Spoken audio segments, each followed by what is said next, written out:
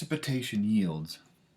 So the focus here is how much precipitate is being made in any particular double displacement reaction.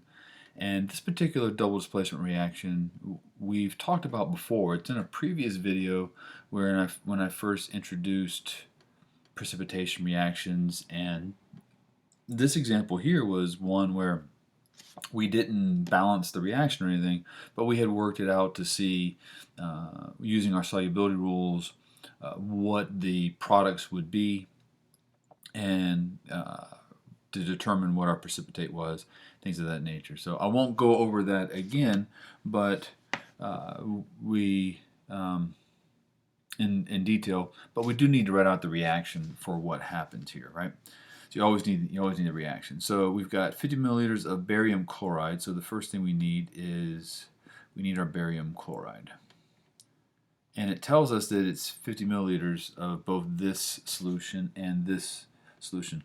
So we already know we have an aqueous solution. So we know to put our aqueous phase label. And then we've got sodium carbonate, right? And so again, you should know how to write this equation without much help. Remember, sodium is a +1 cation, and carbonate is a -2 anion, right? So that's why we need 2 sodiums, 1 carbonate. And then carry out a reaction. Remember, this is a double replacement reaction, so we know from a double replacement reaction that the cations are going to displace and replace each other. So that means sodium is with chlorine and barium is with carbonate, right? So sodium is with chlorine. So I like to keep the anions in the exact same place, since the concept is the cations are what are doing the displacing and replacing. It doesn't matter the order you put the products, because 2 + 4 is 6, and so is 4 + 2. But I think it's a good habit if you do that, and you'll see it different ways in different textbooks and things like that. It's all the same thing. But as a rule of thumb, I always like to keep the anions where they're at. So sodium's with chlorine. Chlorine is the first anion written, so we know that that's going to make sodium chloride. And we already know that that is aqueous, okay? We can look at our solubility rules if you're unsure of that, but we already know that. And barium carbonate, barium has +2 ions, cations, so you should remember that barium, all right, +2 cations, and then carbonate. If we go back and you look at carbonate, there's the -2 charge for its anion, right? So +2 and -2, you already have a sum that equals 0, so you just need one of each ion, right? Barium carbonate. And if we go back and look at our solubility table, you know, we look over here, and sorry about that, we can see carbonates, they will precipitate out, right? Except if they're combined with a group 1, the alkali metals, which barium is not, so we know that's not going to happen. So we learned in that previous video that there's our precipitate. So before you can do anything else, remember, we always have to have that balanced chemical equation. So we see 2 sodiums over here, only 1 sodium there. Makes sense, we need to have 2 chlorines on the reactant side. Now we have 2 on the product side. We're good. 1 barium on both sides, 1 carbonate on the reactant side, 1 carbonate on the product side.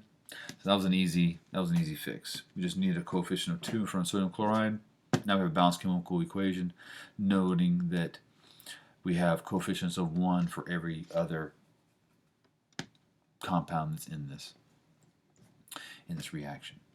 All right, so now we've got 50 milliliters of both. So, you know, once you start doing stuff like this, you don't necessarily need to draw out pictures. But when you're first learning, I have found that for many students, many people who are fresh doing this, that drawing out a picture, labeling it, it really helps for you to visualize and see your variables. So it says you have 50 milliliters of this, and you have 50 milliliters of this. And they're both a concentration of 0.50 molar, 0.50 molar. Determine if the reaction occurs. Check, we've already determined that. We determined that on a previous video. We just sort of quickly recreated that situation. We know reaction occurs, and if so, how much precipitate. So here's this. So the question is how much of that precipitate forms? So what's going to happen is we're going to get a precipitate over here. So that means we'll have, and I'm just going to use blue for some contrast. The precipitate won't necessarily be blue. It wouldn't be blue for this stuff here. So I'm just going to draw some dots here to represent, just to represent that part there, right? And so remember, we said in the previous video that this right here is our precipitate.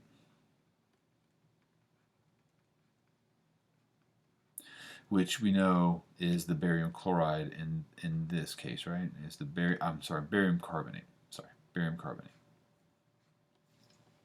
And then remember, we've got this fluid that is sitting on top. This fluid, so we started off with two aqueous solutions, and so once you combine these together, remember you have some of those ions, they swap and they come together, and the solid particles will precipitate out, but you're still left with cations and anions that did not. And so they're sitting here in this aqueous solution, right? And this aqueous solution has a certain term. It's called the supernatant. It's called the supernatant solution. Sometimes referred to as the supernate. All right. So the supernate. So super kind of means above, and then we can loosely refer the natant part is the kind of like it's the new stuff, the new solution that is above the precipitate. That kind of is a loose interpretation of that, right? So the supernatant. So, and we know that our supernatant happens to be sodium chloride, right? Because we can see here we've got this aqueous solution of sodium chloride. All right, so now we've got all this labeled and good. Now we just need to figure out our question mark, which is basically our x, right? So, how much precipitate will form? How much precipitate will form? That implies that we're going to want to do something with grams, right? With mass. And so we know that in lab you could do something like this. You will do something like this with some different substances, and with different solutions of stuff. And we would have to somehow physically separate out the solid particles and the non-solid particles, the aqueous solution, that supernate, right? And so if you think about it, if you're at home doing stuff like this, if you had some particles settle on the bottom, you'd sort of pour off that liquid on the top. That process is called decanting, okay? And then after you decant that, you would have the particles there. They would still be wet though, right? And so you would need to go through some process of like washing all that excess stuff off of there to clean it and then dry it off. And we would do something very similar in the lab, and we will do something very similar to that in the lab. Once you do that, if you think about it, you would then have just the solid particles that you could get the mass of.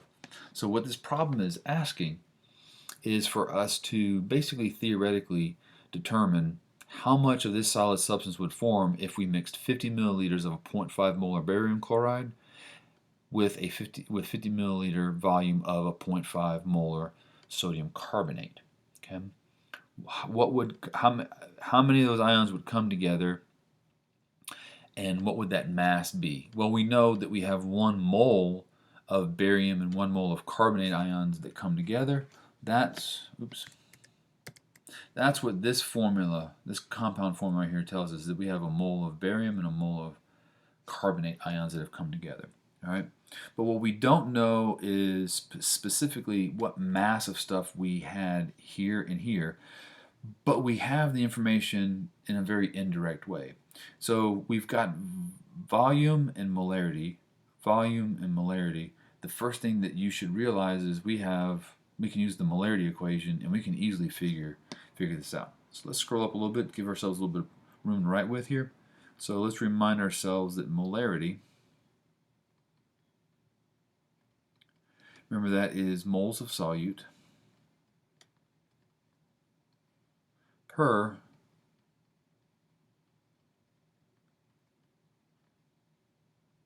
liters of solution. Well, we already have molarity and the volume liters for both of these. So the only thing missing is moles of solute. And you should immediately remember that when you've got a chemical equation, you really only need one piece of information to solve for everything across the board. So here we either need to know mass or we need to know moles. It doesn't matter if we talk about the amount of substance on a scale, or if we say, hey, using what we know about stoichiometry and dimensional analysis, we have X moles of this stuff. We can still do the same math, right? So all we have to do is rearrange this equation. If you think about it now, let's see. I will do this. Bring this over here for you. So let's do what your math teachers taught you. You would multiply this side by liters of solution. It would cancel on that side. And you'd multiply this side by liters of solution, right? And now there's the new form of this equation we can use, because all of this is gone. All right, so that's scratch work. So we come down here and we go moles of solute equals molarity times liters of solution. So our molarity is 0.5 molar, right? 0.50 molar times it's 50 milliliters. So remember, 50 milliliters, we have to convert that to liters, right? And so for those of you who I kind of struggle with this, I can do this for you real quick. So if we have 50 milliliters of anything, then you have 1,000 milliliters per 1 liter. Milliliters would cross away. If you divide this by 1,000, I'm sorry. I wrote that wrong. I looked up and saw the 0.5 molar, wrote that on there, but hopefully you should be able to pick up on that. It's not everybody makes those type of mistakes. So the decimal, we're dividing by, again, we've got 50 milliliters times this ratio here. If we're dividing by 1,000, the decimal is really here, so that means we would have to move that 3 places over, right? So we go 1, 2, 3. We would have to put a 0 there, so we know that would be 0.050 liters. All right, you should be able to do this in your head, but I know that there are some of you who might need to see this, so that's why I'm doing that real quick. So that means we've got 0.050 liters. Remember as well that 0.50 molarity is moles per liter, per, in this case, any number by itself is that number over 1. And then bring this down, 0.050 liters. Units are gone. It's all about the units. So now we have 0.5 times 0.05. Now before you press enter, let's think about this for a second. This is really 5 times 5, that's 25. So when you press enter, it shouldn't be odd to you to see the number 25. It should not be odd that you see 25. And then notice that you see the 25, where the decimal is, then you go 3 places. All right, so from the 25, it goes from the 5, between the 2 and the 5, between the 0 and the 2, and then now back over here. So notice that there's 3 decimal places, correct? So, I mean, if you think about it, if you think about this right here, there's a decimal place here, here, and there. So there's 2, there's 3 decimal places. It makes sense that it'll be 0.025, all right? So again, when you look at your numbers, you can always evaluate it for something that makes sense. So we had said 0.025, and the only unit left is moles. So now notice we have the same volume for both and the same concentration for both. So we're starting out with the same moles of particle of both barium chloride and sodium carbonate. All right? Doesn't matter that they're different amounts. You can start off with 12 eggs and 12 donuts. It does 2 different things, but you've got 12 of each. You have the same number of each, same number of particles. They don't weigh the same. They don't have the same mass, but you have the same number of particles, and that's what this has told us here when we have 0.025 moles of it. All right? The mass is different, but the number of particles is not. And that's going to be very important for what we're going to see happen here. So how much will form? Go back to previous lessons, and you should remember labs that have been done and problem sets and practice problems that I've given you, that when you have an equation, the way that you determine your theoretical yield is you have to basically figure out your limiting and excess reactant. So that's kind of what we want to do here. All right, we want to basically go from the barium chloride. We know that we've got 0.025 moles of this, and I'd like to put things that we've calculated out like in parentheses, in some way just separated, so that when I look at that, I'll know that it was not a given value, that's something I figured out. It's just a habit that I'm in. You know, you can, on your paper, you can do whatever you want. You can write it and then highlight it, shade over it, just something that sort of helps you mentally separate it out. For the purpose of what we're doing, I like doing this. Quick reference. All right. So what we're basically doing is we know we have 0.025 moles of barium chloride. How much barium carbonate would be formed? 0.025 moles of sodium carbonate. How much barium carbonate would be formed? Remember, the lower value gives you your theoretical yield, right? So we've got 0.025 moles, and remember, we're going to do, let's do barium chloride first.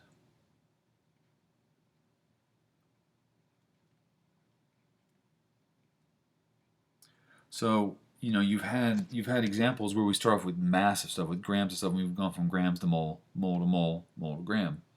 Well, here we're already in moles, which means we don't have to, we just have one less conversion. We already know moles of that, so now we need to compare moles of barium chloride to moles of the barium carbonate, right? And we can see that the coefficients are 1 in front of both. So we know that there's 1 mole of barium chloride for every 1 mole of barium carbonate. That much we know is true. Okay. Get rid of the units. And then 1 mole of barium carbonate. We need to know the molar mass, right? So we go back to our periodic table, and you know, there's barium, right? Zoom in. So 137.327. We'll use 137.33. That's kind of been our standard that we've followed, right? So let's go back. We've got 137.33 plus, we know carbon is 12.01, right? Plus, we're going to go, oxygen is 16, so that's 16 times 3, right? You should get 197.34, right? You should get 197.34. So we've got 197.34 grams of barium carbonate. Those units are gone. So we already have that number in our calculator.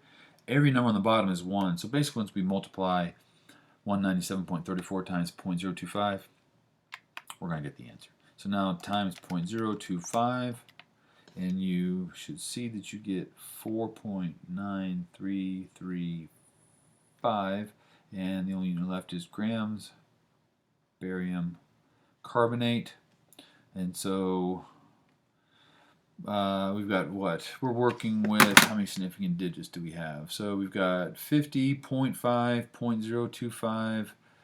I mean, anywhere from, it looks like 2, right? Well, if you look at this, 2, I mean, in class, you know, only working with 2 significant digits is usually not a lot of precision. You won't be very accurate with your answers. And so we've already discussed that what you can do is you go back, you add a 0 afterwards, and now that 0 has not changed the value, but it has added a significant digit. Now we can get an answer that is much, much more accurate, right? But for training purposes, if we said 4.9, it would match our significant digits, right? And so let's just go with 4.93, because that 3 would not round that 3 up there. So 4.93, that would be a pretty good value that we could realistically measure out in lab. Okay, much, you know, because more than likely it's not going to fall directly on the 0.9. It's going to fall a little after that. So that's why we wanted that extra number. All right. So now we've got 0.025.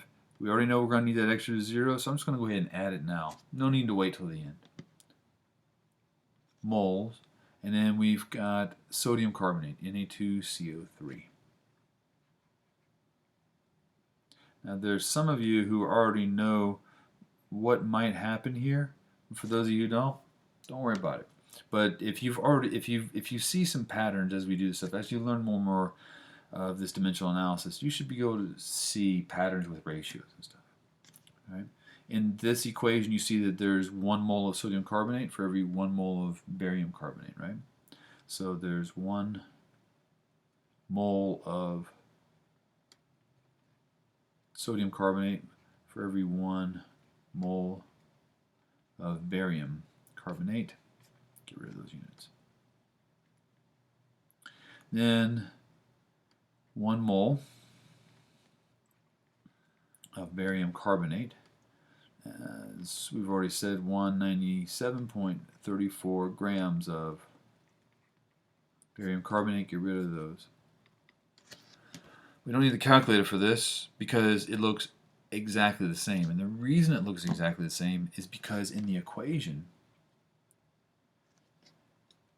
right now we're not worried about sodium chloride. So every single coefficient is a 1-to-1 ratio, and since there was the exact same number of particles that we started with the barium chloride and the sodium carbonate, then that means if it's already a 1-to-1 ratio here and it's a 1 coefficient on the product, then it has to stay a 1-to-1 ratio. I mean, it just mathematically makes sense. And looking at the way we set this up, it proves true. So you would get 4.9335 grams barium carbonate. Remember, we had to take both reactants and solve to the same product so we can compare the values. That's how you do the limiting reactants. And so we know that everything, 4.93 grams barium carbonate, that is how much that's how much we can theoretically expect to make. And then you've already done stuff with experimental error and percent yield, percent error, and stuff like that. So if in a real situation, if you knew how many grams you actually made, you could figure out what the error was. Right now we're assuming no error. Everything theoretically goes the way it's supposed to. So 4.93 grams is how much right there. We have just figured out that 4.93 grams of that precipitate is what will theoretically form under these conditions, assuming that everything works as well as it could. All right. There's other things we could do to figure out stuff about the aqueous solution, and there'll be another video on that. I just don't want to overload this video with too much stuff, but I will put timestamps in there so that you can get the different parts of this video as you pause, rewind, and review this as you need to. Now let's think about this for a second. Again, you see that it was the same amount of moles of everything and coefficients of 1 going to the same product, right? And so it makes sense that we would, since we're talking about the number of particles, that we would get the same number no matter what, because we're getting the same particles coming together. All right, we have one barium over here, one carbonate over here. So if we mix them together over here, it's still a 1-to-1 ratio. So it makes sense that we're still getting the same mass, right? All right. Yeah, and that basically does it. That's how you would, in a situation like this, figure out the mass of your precipitate. Now for this, what I did was I kept the volumes the same. I kept the molarity concentration the same, and because I wanted to highlight this concept here that when you start off with the same amount of stuff, and if it stays in the same ratio, that it theoretically makes sense that you would get the same amount of product no matter what. And we've shown that mathematically that is true. You won't always start with the same volume of everything, and they won't always be the same concentration of everything. And the reason for that is I mean, there's lots of reasons. Like you don't always need a large, like 0.5 molar might be a really high concentration for this particular type of substance, whereas 0.5 might be a low concentration for this other type. So it just depends on what substance you're working with, depends on what the concentration needs to be. And so in lab, what would happen is sometimes you might mix 20 milliliters of something and 40 milliliters of something else. The first one has a molarity of 0.3 and the other one has a molarity of 0.75. Obviously, those are very, very drastically different, but you would still follow these same steps to figure out how much precipitate is made. Follow your concept of limiting reactants. The lower value lets you know which one's your limiting reactant, and then that would identify your theoretical yield. In this case here, since they're both the same, theoretically we know it's the exact same. All right, that's really the only difference. And there'll be other videos where I'll have different things like that, so that you different concentrations, different volumes and stuff, just so you can see the math play out. All right. All right. Hope this helped, and I'll see you later for another video.